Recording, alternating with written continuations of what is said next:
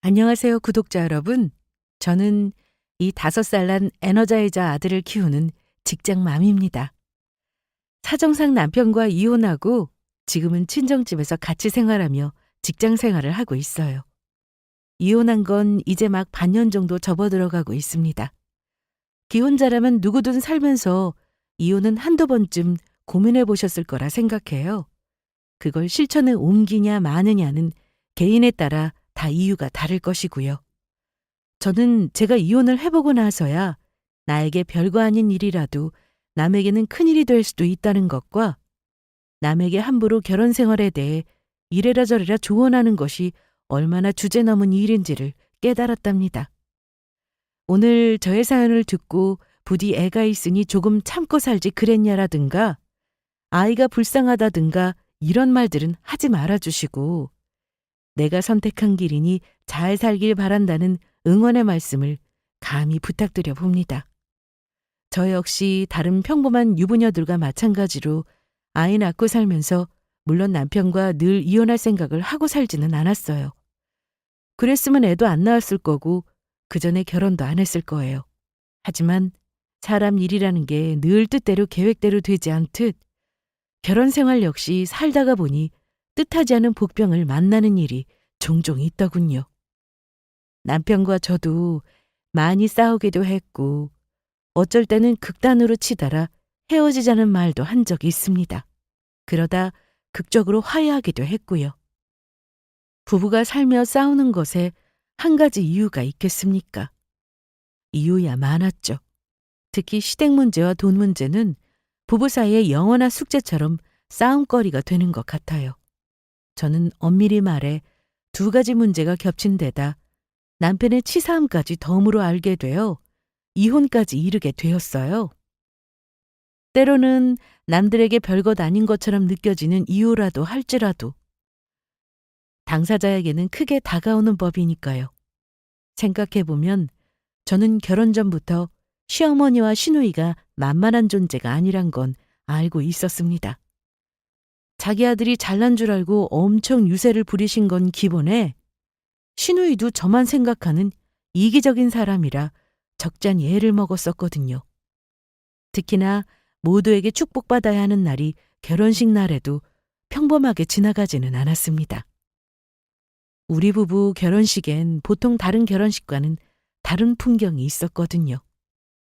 결혼식 당일 저는 눈앞에서 시어머니와 시누이가 마치 전쟁터에 자식을 보내는 것처럼 엉엉 우는 모습을 보고 적잖이 당황했죠.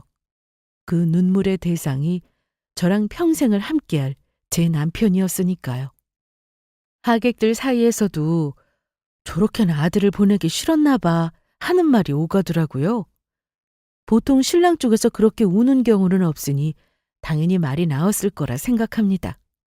남편은 어색하게 웃으며 어머니를 달래려고 애쓰고 있었지만 시어머니는 제 손을 덥석 잡더니 뜬금없이 당부까지 하시더군요. 며느리야, 너 우리 아들한테 잘해야 한다. 이제 우리 식구니까 나도 너 큰딸로 생각할 거야. 내 말 무슨 말인지 이해하지? 네, 어머님. 제가 잘하겠습니다.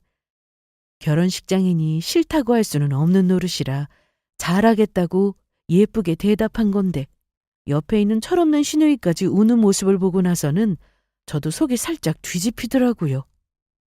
우리 오빠 나가 살면 나랑 엄마는 이제 외로워서 어째? 정말 너무 텅빈 느낌일 것 같아. 언니랑 오빠 신혼이라고 자주 안 오고 그러면 안 돼요? 알았죠? 내가 두고두고 지켜볼 거니까. 그러다 옆에서 철없이 시누이가 우는 걸 보고는 참았던 속이 살짝 뒤집혔습니다. 시누이 이런 말도 처음에는 귀엽게 봐주려고 했어요. 유독 아들 장가 보내면 서운해하는 이유가 시아버지가 결혼 전 돌아가셨기 때문이라고 이해하려고 하긴 했습니다만 2사람이 너무 흐느끼는 바람에 주변 분들이 오히려 저를 위로하느라 나서야 했어요. 덕분에 저희 부모님 생각에 복받쳐 올라오던 제 눈물은 한 방울도 흘릴 수 없었던 기억이 나네요. 우리 부모님은 그 장면을 보시고도 뭐라 말씀을 못 하셨죠. 그저 묵묵히 결혼해서 행복하라며 딸을 응원해 주셨습니다. 사실 결혼식 날은 제 인생에서 가장 기쁜 날이었지만 왠지 모르게 제 감정을 억누르게 되더라고요. 그래도 결혼 초반엔 꽤 행복하게 지냈어요. 남편도 저도 한마음으로 서로를 위해 노력했고 무엇보다 이젠 제 가족이라고 생각했으니까요. 결혼하고 몇 달이 지나면서 서서히 시댁과의 생활 패턴 차이로 인한 문제가 드러나기 시작했어요. 특히 어느 부부나 그렇듯 경제적인 부분은 꼭 합의가 필요한 것 중에 하나라고 생각합니다. 결혼 전 남편과 저 사이에는 분명한 약속이 있었어요. 저는 결혼 전에 제가 받는 월급에서 저 쓸 돈 빼고는 부모님께 다 드렸습니다. 나중에 결혼할 때는 제가 드린 돈보다 많은 돈을 결혼자금으로 돌려주셔서 제가 놀라기까지 했죠. 그 덕에 집도 명목상은 반반 결혼이라고 하지만 거의 제 돈으로 보태고 대출도 받고 명의도 제 앞으로 해놓을 수 있었어요. 둘이 맞벌이라고는 하나 남편은 저처럼 월급쟁이가 아닌 사업을 하는 사람임에도 생각보다 수입이 많은 편은 아니었습니다. 매출액만 들으면 많은가 싶어도 차 떼고 포 떼고 나면 그냥 월급쟁이가 받는 월급이나 매한가지였죠. 그래도 벌이가 둘 다 비슷한 수준이라 저축하고 대출 갚으면 빠듯한 수준이었어요. 결혼하면 당연히 경제적으로 자립해야 한다고 생각했고 남편 역시 본인이 먼저 저에게 양가 용돈 드리는 기준을 제안했었습니다. 매달 양가 생활비는 안 드리는 걸로 하자. 내가 지금 사업으로 떼돈을 버는 것도 아니고 당신이 버는 돈이랑 비슷한 수준인데 둘이 양가 용돈까지 매달 챙기는 건 무리일 듯 싶어. 그 대신 양쪽 부모님 자주 찾아뵙고 명절이랑 생신이랑 어버이날은 양가 똑같이 챙겨드리는 건 어때? 그래, 좋아. 나야 아직 아빠가 재직 중이니까 부모님 경제적으로 크게 어려움은 없으니 괜찮아. 우리 부모님 시집간 딸한테 기대실 분들도 아니고. 근데 당신 어머님은 괜찮으신 거야? 어머님 돌아가시고 나서 딱히 일을 하시지도 않고 아가씨 벌어오는 돈을 생활하시게 되면 아가씨는 돈 모으기 힘들 거 아니야? 그건 내가 알아서 말씀드릴 테니 걱정 마. 내가 알기론 엄마 연금도 나오시고 따로 모아둔 돈도 좀 있다고 들었거든? 내 동생이야 뭐 시집갈 때까지는 집안에 보태는 게 당연한 거지. 걱정 말고 내 말대로 하자. 결혼했으면 우리 가정경제가 우선이잖아? 애 낳기 전까지는 둘이 열심히 모으고 대출도 갚아야지. 저는 남편 말이 맞다고 동의했습니다. 각자 장남 장녀로 집안에 대한 책임감을 이해하면서도 우리 가정의 재정을 위해 최대한 합리적으로 하기로 했던 거죠. 그런데 결혼 후 얼마간은 문제가 없었다가 한두 번씩 시어머니가 직접 남편에게 생활비 이야기를 꺼내기 시작하셨어요. 물론 처음에는 대놓고 달라고 하지는 않으셨습니다. 예상 밖의 지출로 병원비를 쓰셔야 하는 일이 있을 때 목돈이 들어가니 부담스럽다고 도움을 달라고 하셨는데 이내 자주 생활비 얘기를 하셨습니다. 남편이 있든 없든 어머니는 거리낌 없이 얘기하셨어요. 한 번은 주말에 시댁에 갔더니 차 한 잔을 마시며 대화하던 중에 어머니가 갑자기 한숨을 푹 내쉬더라고요. 그리고는 우리 부부에게 말씀하셨습니다. 아유, 요즘 물가도 오르고 집안일도 힘드네. 수연이가 벌어오는 돈을 내가 언제까지 쓸 수 있겠어. 내가 아무리 아끼려고 해도 니들도 알잖아. 요즘은 나가서 숨만 쉬어도 돈이 나가는 세상 아니냐? 너희가 이제 어엿한 가정인데, 응? 조금이라도 도와주면 좋을 텐데. 많은 돈 달라는 거 아니니까 매달 생활비 주는 거 고민 좀 해봐. 나를 부양하라는 말이 아니다. 자식이 이 정도로 부모한테 생활비 보태는 건 당연한 일이야. 아무리 생각해도 그게 맞다. 제가 당황해서 눈치를 보고 있는 사이 남편은 단호하게 대답하지 않고 제 눈을 피하며 얘기하더라고요. 알겠어요, 엄마. 집사람이랑 상의해 볼게요. 근데 아시잖아요. 제가 사업이 요즘에 많이 매출도 안 늘고 생각보다 힘이 들어서요. 저희들 생활비 하기도 벅찬데다 여기서 애까지 태어나기라도 하면 저의 사정도 이해는 해주세요. 하지만 어머니는 계속 남편에게 자식의 도리와 의무를 강조하셨습니다. 결혼 전에는 남편이 금전적인 부분을 대부분 해결해 줬으니 어머니도 많이 힘드셨을 거라 이해는 가더라고요. 하지만 정말로 저희가 여유가 있다면야 남편이 매달 어머니에게 용돈을 주든지 말든지 무슨 상관이겠습니까? 매달 돈 때문에 스트레스 받아야 하는 남편을 잘 알기 때문에 저도 참 며느리로서 입장이 곤란하더라고요. 차 안에서 돌아오는 길에 저는 남편에게 조심스럽게 말을 꺼냈습니다. 여보, 우리 결혼 전에 생활비는 안 드리기로 했잖아. 내가 괜히 민감하게 느끼는 걸 수도 있지만 어쩔 수 없는 상황에서 보태드리는 건 나도 이해해. 근데 매달 드려야 하는 문제는 한번 생각해 봐야 하지 않아? 우리 지금 많이 여유가 있지도 않을 뿐더러 대출도 있는데. 알아, 우리 약속한 거. 그런데 장남이니까 어느 정도는 이해해줘. 엄마가 힘드시니까 그러시는 거겠지. 오죽하면 아들한테 아쉬운 소리를 저렇게 하시겠어. 장인 장모님은 그래도 여유가 되시니까 당신은 친정 걱정 안 해서 얼마나 좋으냐. 그것도 복이다, 복. 저는 남편 말이 이해되면서도 뭔가 씁쓸했어요. 결혼 전에는 남편이 먼저 꺼낸 약속이었는데 결혼 후 시어머니가 계속 생활비를 요구하시니 남편은 처음에는 지키는 신용을 하는가 싶더니 나중에는 약속을 지킬 생각이 없는지 본인이 한 말임에도 흐지부지한 태도를 보였습니다.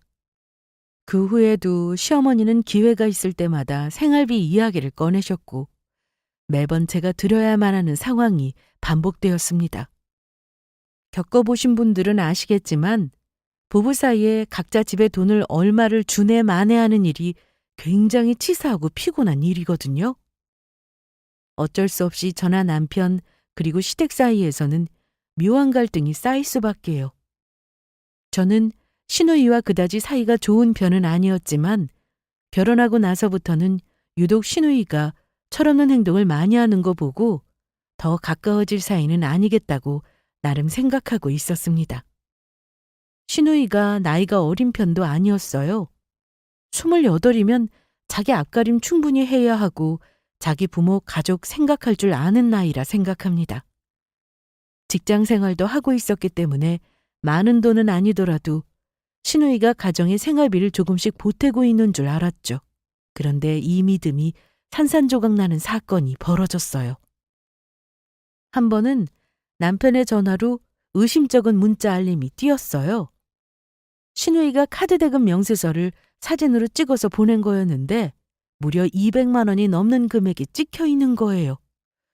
의아한 마음에 남편에게 물어봤죠. 여보, 이거 뭐야? 아가씨 카드값이 왜 이렇게 많이 나왔어? 많이 나왔다 쳐도 왜 이걸 당신한테 보낸 거래? 설마 내달라는 거 아니지? 남편은 당황한 기색이 역력했지만 그저 얼버무리려고만 하더라고요.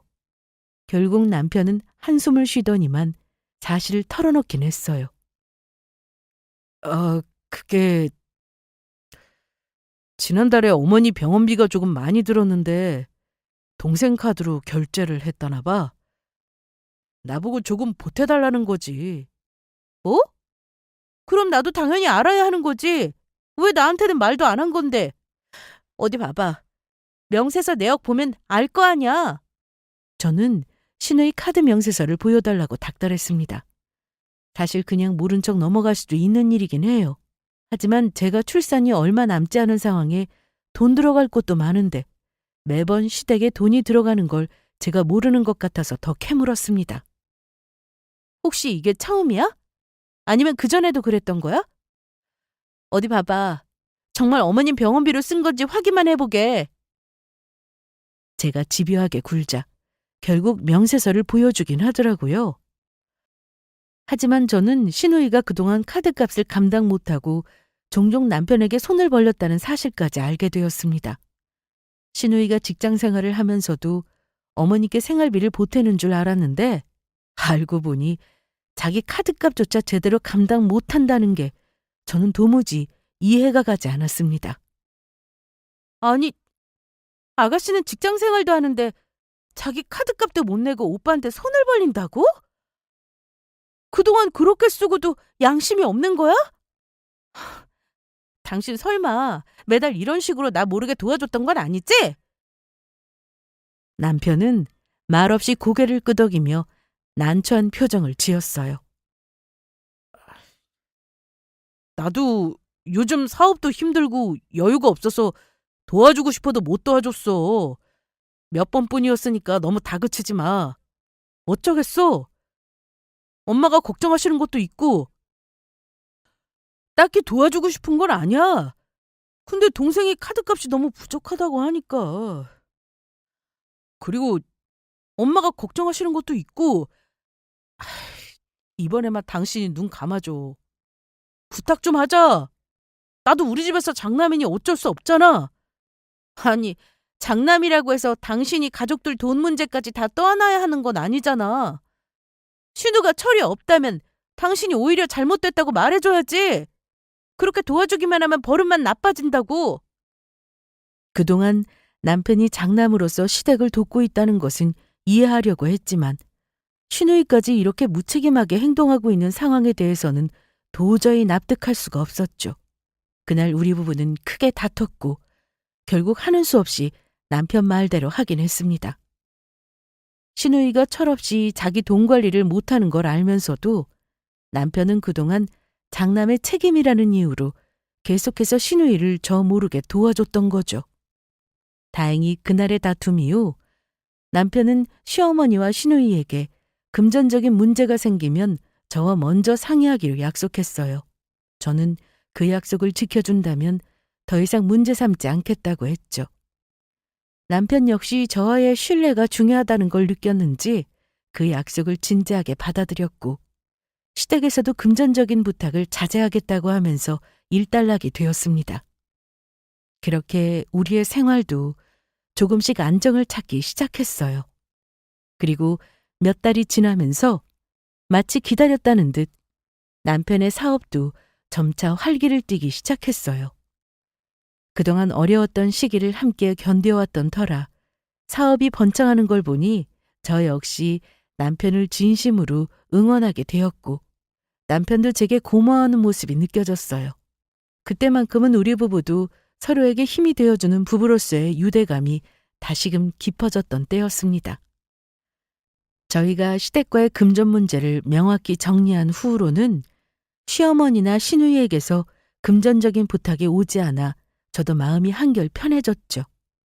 시누이도 직장 사연에 적응했는데 더 이상 카드값 문제로 남편에게 손을 벌리진 않았고 어머니 역시 금전적 문제로 부담을 주지 않으셨어요. 저는 이제야 비로소 우리 부부가 안정을 찾아가고 있다고 느꼈습니다. 그 즈음 저는 첫 아이를 낳고 저는 육아에 집중하기 위해 잠시 일을 쉬고 있었고 다행히 그동안은 부부지간이나 시댁과의 사이에 큰 문제가 없었습니다. 남편 사업도 잘 돌아가고 있었고 시댁과의 금전적 문제도 정리된 상태였으니까요. 그런데 아이가 2돌을 넘기면서 제가 더 이상 일을 쉬기 어려운 시점이 다가왔습니다. 남편도 혼자서 가게의 경제를 도맡는 일이 지쳐 보이기도 했죠. 그래서 맘먹고 복직 준비를 하던 중 가장 큰 고민은 역시 육아 문제였습니다.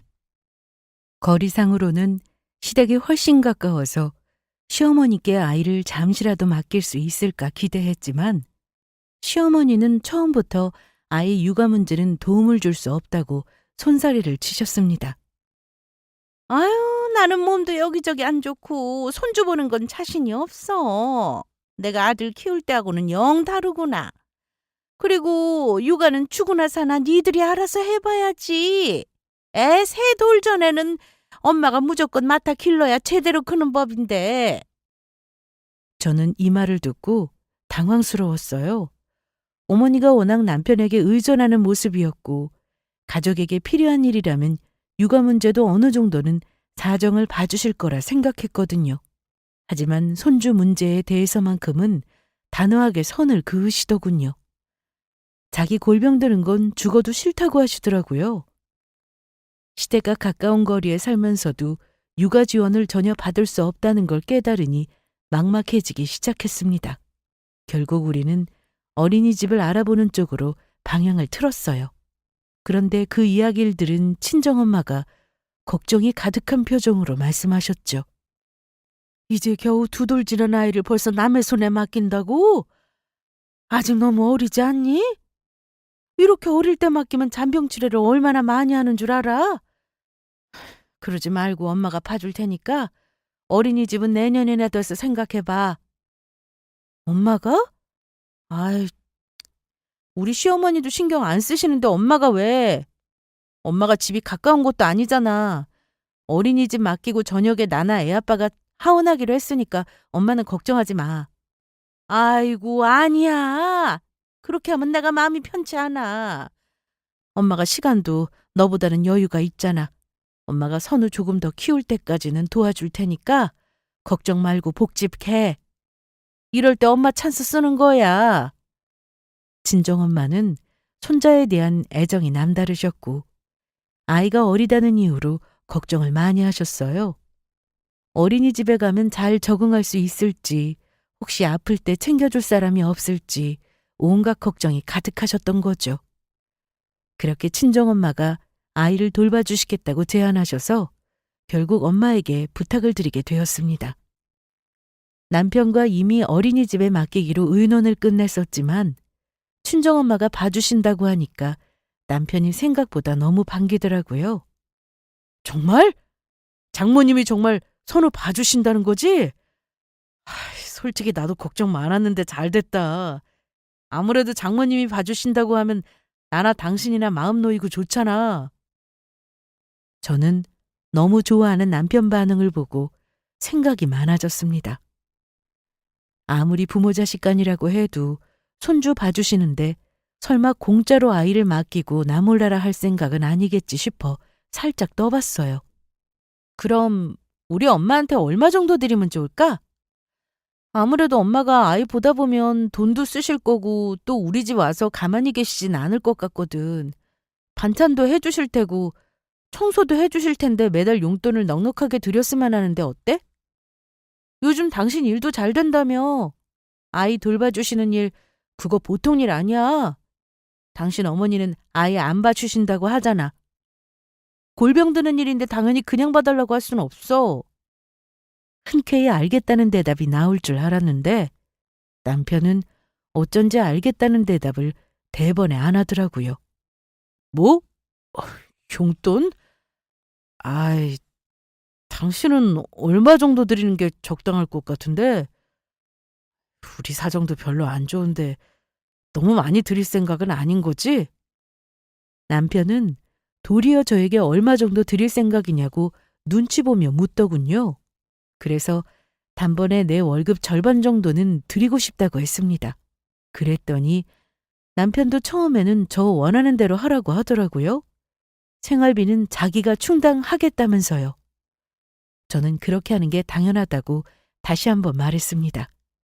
하지만 마음 한구석에는 씁쓸함이 남더군요. 분명히 거리상으로는 시댁이 더 가까운데 도움을 받지 못하는 상황이 서운하면서도 어쩔 수 없이 친정엄마에게만 의지하게 된 상황이 답답했습니다. 그러면서 돈을 얼마 드릴 거냐고 묻는 남편 얼굴이 떠올라 너무 얄미웠어요. 친정엄마께서 힘든 상황 속에서도 손주를 돌봐주시겠다고 하신 덕분에 복직할 수 있었지만 앞으로 과연 직장 생활하며 아이까지 잘 돌볼 수 있을지 불안하기도 했습니다. 아마 아이 맡기고 일하는 모든 엄마들이라면 다 저 같지 않을까 싶어요. 다행히 복직해서 직장에 적응하는 동안 아이는 할머니랑 잘 지냈습니다. 아프지도 않았고 잘 크니 제가 엄마한테 얼마나 고마웠는지 몰라요. 그래서 월급 받으면 300만 원이 조금 넘는 돈이지만 기꺼이 절반 넘게 드렸어요. 그런 엄마는 그 돈을 받아 놓으셨다가 저한테 더 베풀어 주셨습니다. 식재료를 사다 놓는다든지 아이 옷을 산다든지 해서 어떻게든 딸한테 도움이 되어 주려 하셨죠. 어쨌든 저는 일과 육아를 병행하게 되면서 정신없이 바쁜 나날을 보내고 있었어요. 친정엄마께서 고생하시면서 아이를 돌봐주신 덕분에 한결 안심하고 일을 할 수 있었죠. 그동안 남편도 사업에 전념하면서 우리 가정은 겉으로 보기에는 안정되어 보였습니다. 그렇게 몇 달 정도 흐르니까 저도 직장 생활에 적응해서 한결 몸과 마음이 편해지더라고요. 제가 무리 없이 직장 생활을 이어나갈 수 있었던 건 다 엄마 덕분이라 생각하며 매일 감사한 마음을 갖고 있었어요. 그런데 모든 게 잘 돌아가나 싶은 그때 하필 남편이 늘 사업이 어렵다는 얘기와 생활비가 부족하다는 말을 입에 붙이고 사는 겁니다. 그러다가 어느 날은 남편이 저녁 식사 자리에서 무겁게 한숨을 쉬며 말을 꺼내더군요. 여보, 나 할 말이 있는데 내가 요즘 사업이 정말 어려워. 계속 이러면 생활비가 너무 빠듯해서 큰일이야. 한동안은 당신도 월급을 좀 보태줘야 할 것 같은데 괜찮지? 도저히 안 될 것 같아서 당신도 알아야겠다 싶네. 저는 깜짝 놀라며 남편을 바라봤어요. 한동안 힘들던 위기 극복하고 나서는 사업이 조금씩 잘 풀리고 있다는 얘기를 들었던 터라 갑작스럽게 어렵다는 말이 당황스럽기까지 했거든요. 무슨 안 좋은 일이 있는 건 아니지? 사업이 좀 나아지고 있다고 하더니만 갑자기 왜 생활비도 부족하다는 건데? 나야 보탤만 하면 보태겠지만 지금 엄마 용돈도 드려야 하고 대출도 내가 내고 있잖아. 남편은 살짝 당황한 듯 시선을 피하며 말끝을 흐렸습니다. 글쎄, 여러 가지 지출이 늘어서 그런가 봐. 요즘 사업상 지출할 일이 조금 많았어. 당신이 장모님한테 용돈 많이 안 드려도 내가 부담이 덜할 텐데. 그런데 진작에 왜 나한테는 말 안 했어? 우리 상의하기로 했잖아. 생활비가 부족하면 도대체 뭐가 어떻게 된 건지 얘기를 해줘야 내가 도울 수 있지.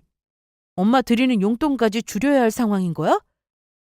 그랬더니 남편이 단박에 기다렸다는 듯 그래야 한다는 겁니다. 그래! 솔직히 지금 상황에서 장모님께 당신 월급 절반 드리는 거 너무 무리야.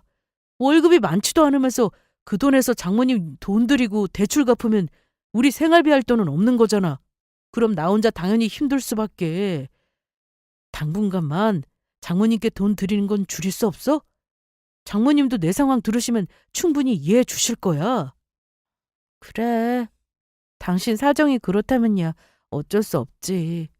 근데 결혼해서 지금까지 당신 돈으로 한번 용돈 챙겨드린 적도 없으면서 애 봐주는 돈까지 줄이라니까 기분이 좋지는 않네. 그거라면 나도 할 말은 있어. 나도 결혼 초반에 우리 어머니랑 동생 좀 도와준 거 빼면 그 후로 나 살기 바빠서 뭐 하나 챙겨드린 적 없어. 이건 당신도 알잖아. 나도 장남 노릇 못하긴 매 한 가지라고. 나도 내내 혼자 해결해 보려고 하다가 도저히 안 되겠어서 당신한테 말하는 거 아니겠어? 그날은 유독 남편이 날카롭게 저에게 반응하더라고요. 남편이 사업이 어렵다며 생활비가 부족하다고 여러 번 이야기하는 걸 보니 저도 결국 마음이 약해졌어요. 그래서 일단 남편이 원하는 요구를 들어주기로 했죠. 남편을 돕는다는 마음으로 월 50만 원만 친정엄마께 드리기로 했고 나머지는 생활비로 충당했습니다. 이 이야기를 엄마에게 말씀드렸습니다. 엄마에게 솔직하게 남편 사업이 힘들다는 사정을 설명드렸죠. 엄마, 김서방이 사업이 너무 힘들어서 당분간 50만 원만 드려야 할 것 같아. 엄마도 요즘 몸도 아프고 왔다 갔다 힘든데 우리 선우가 워낙 유난스러워서 걱정이네. 미안해, 엄마. 엄마 너무 힘들면 어린이집 있는 시간을 좀 늘려도 되니까 최대한 엄마 안 힘든 쪽으로 고민해보자. 그러자 엄마는 제 손을 꼭 잡으며 그럴 필요 없다고 하셨습니다. 당연히 저도 예상했던 엄마의 반응이었어요. 아이고, 그러면 어쩌니? 김서방도 얼마나 힘들겠어. 애 키우는 것도 힘든데 생활비까지 부담이 되면 안 되지. 그 돈 아예 받지 않을 테니까 신경 쓰지 마라. 너희 사정 풀릴 때까지 엄마가 그냥 봐줄게. 걱정하지 말어. 엄마는 오히려 저희 상황을 이해해 주셨고 그 돈을 받지 않으시겠다고까지 하셨습니다.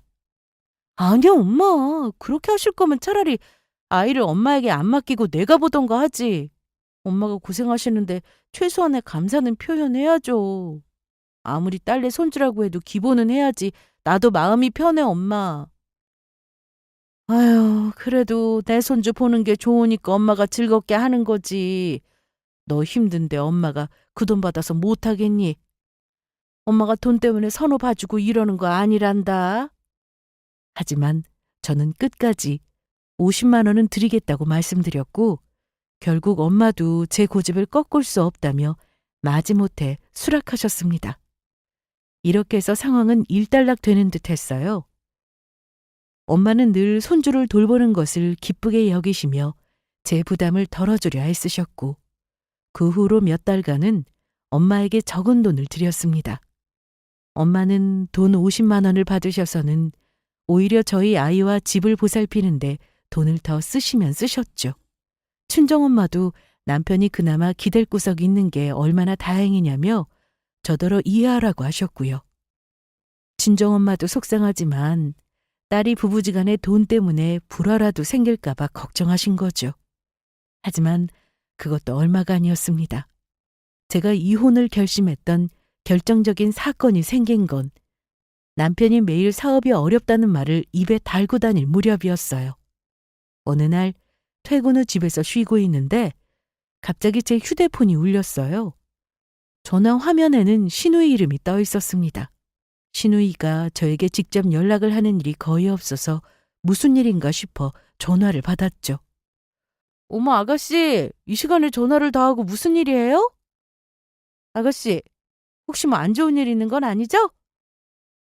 혹시 나쁜 일이 있나 싶어 물었는데 신우이는 천연덕스레 대답하더라고요.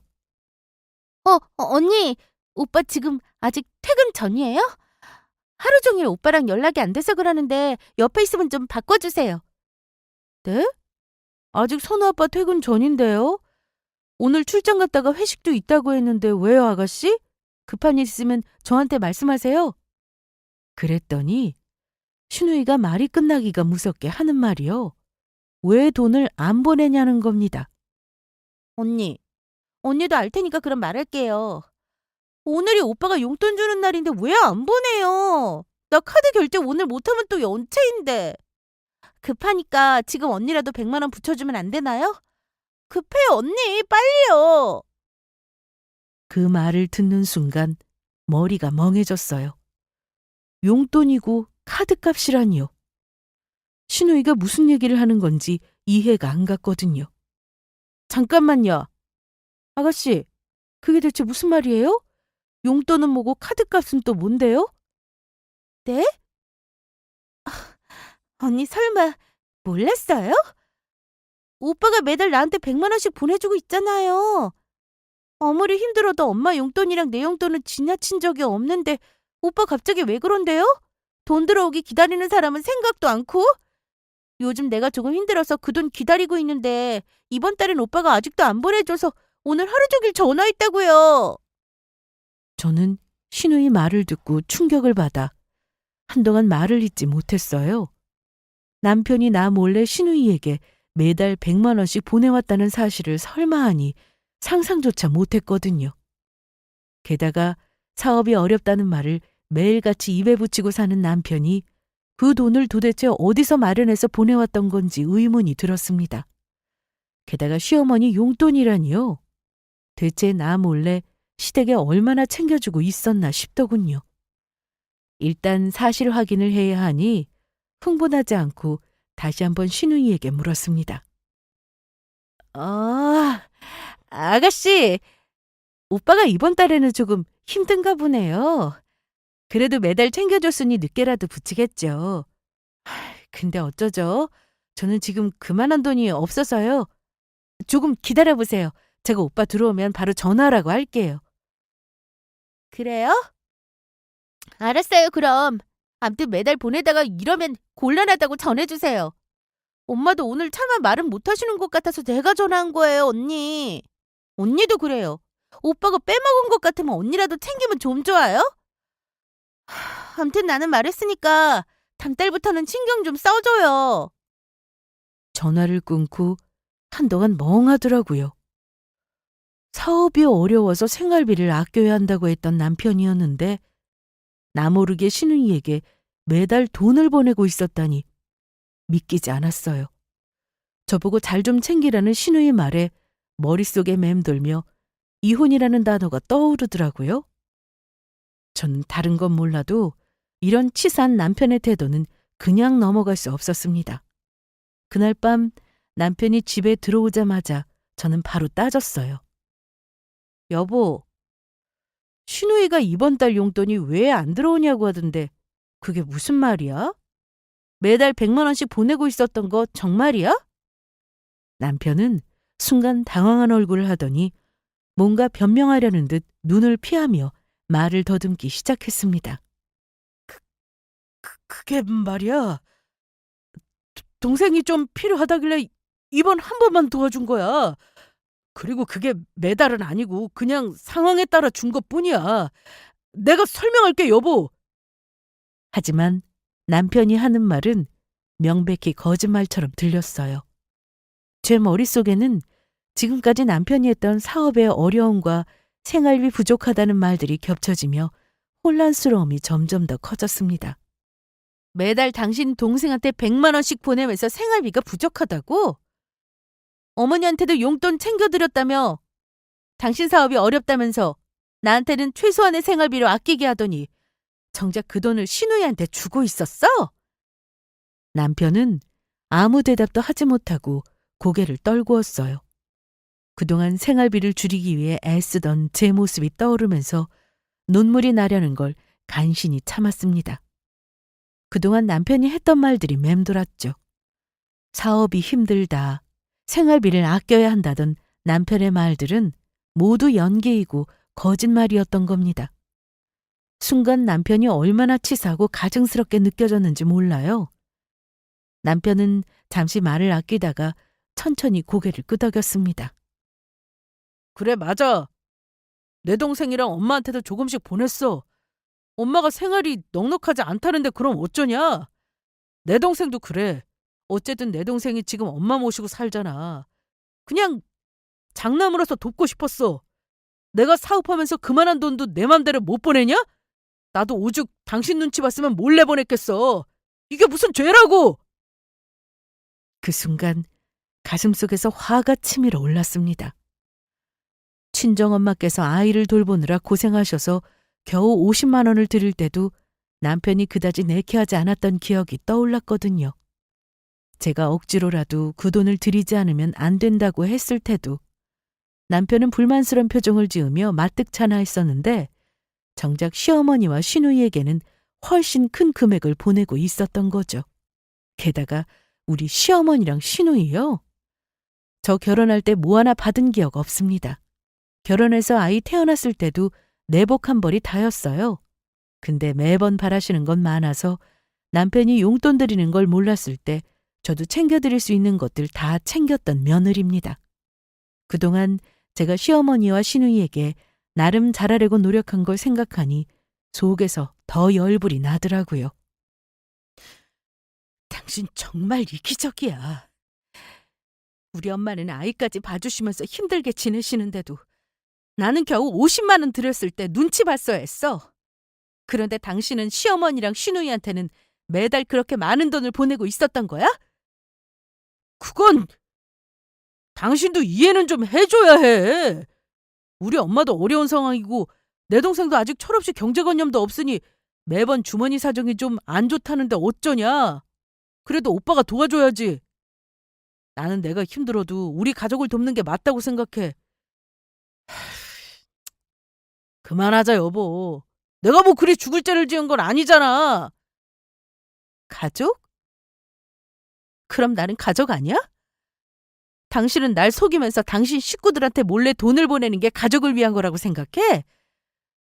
그동안 내가 어떻게든 당신 믿고 같이 살려고 노력해왔는데 나한테는 힘들다고 하면서 당신 가족 위해서는 돈은 다 갖다 바칠 수 있는 거였어? 우리 엄마는 또 어떻고? 우리 엄마는 우리 아들 보는 게 뭐 즐겁기만 하셨겠냐고. 당신이 솔직히만 말했어도 내가 이 정도로 배신감 느끼진 않았을 거야. 그러자 남편은 이제는 사과는커녕 저의 말을 무시하듯 고개를 저으며 어이없다는 듯 말했어요. 아니 여보, 그게 무슨 큰 문제라고 그래. 그만 좀 하자. 당신은 그저 내 가족들 좀 도와준 걸로 이렇게 예민하게 굴어야 돼? 그러는 당신은 우리 엄마랑 동생한테 뭘 그리 잘했는데? 내가 며느리돌이 안 한 건 뭔데? 당신 엄마 생신을 안 챙겼어? 제사를 안 챙겼어? 난 할 거 다 했어. 나야말로 묻자. 당신 엄마랑 신우이는 대체 나나 우리 선우한테 무슨 도리를 얼마나 했어? 급할 때 애 한번 봐주신 적도 없으면서 나한테 그딴 말 할 건 아니지. 남편의 적반하장에 더는 참을 수 없었습니다.